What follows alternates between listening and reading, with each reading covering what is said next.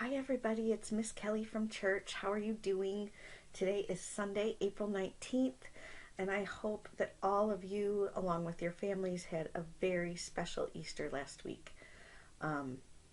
This is your virtual Sunday school course for today, and it is called The Road to Emmaus. So if you remember last week, there were some women that showed up to the tomb to anoint Jesus's body, and what they found was an empty tomb, and an angel appeared to them that said, Jesus' body is not here. He is risen and he is alive.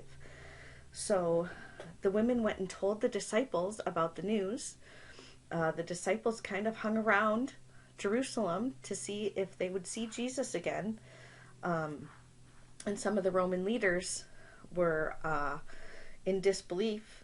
They said, if this was your Messiah, where is he?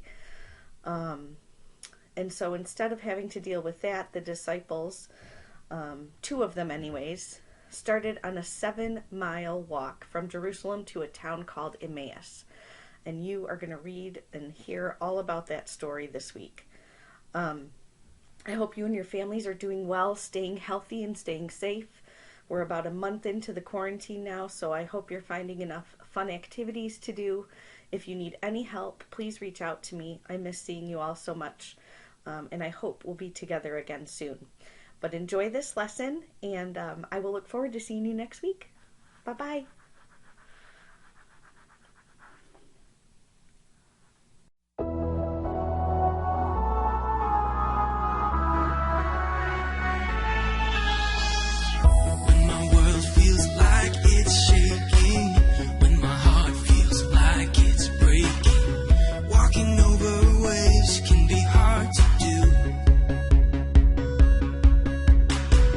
Take my hand, you're the hero, Jesus.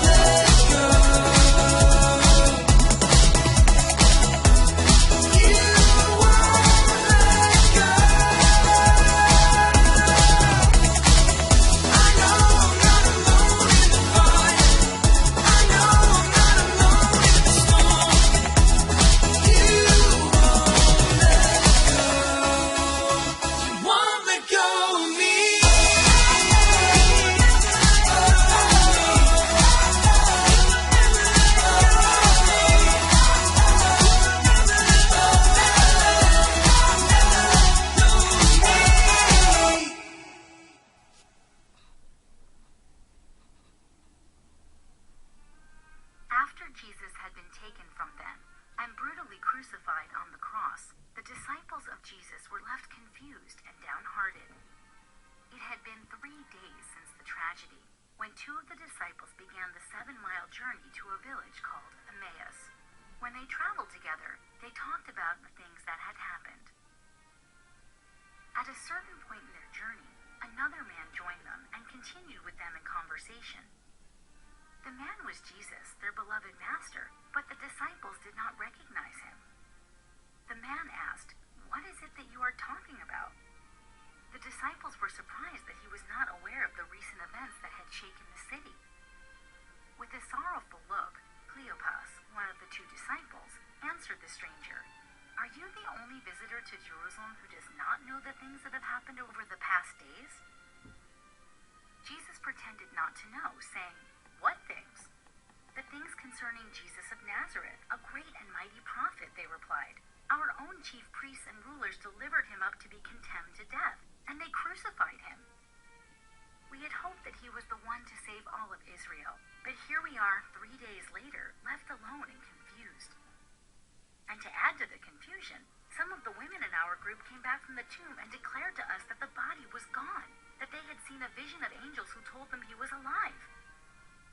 Jesus responded to their words, "How foolish you are, and how slow to believe all that has been recorded in Scripture. Did the prophet say that the Messiah would have to suffer these things first?" Then he opened up the Scriptures and began to show them everything concerning himself. The disciples were completely amazed at the man's words, so that when they arrived at their destination, they strongly urged him to stay and join them for supper. Jesus agreed to stay and sat down with the men. He took the bread before him, gave thanks to God, broke it, and handed the pieces to the disciples, and it was in that moment that they finally recognized him as Jesus, their beloved master. But no sooner did they recognize him than he vanished from their sight. The 2 disciples were filled with awe and completely overwhelmed as they recounted every word that Jesus had spoke to them. They exclaimed, "Didn't our hearts burn with us while he talked to us on the road and while he showed us the Scriptures?" Their eyes had been opened and their troubled hearts set free. The stranger was Jesus, the long-awaited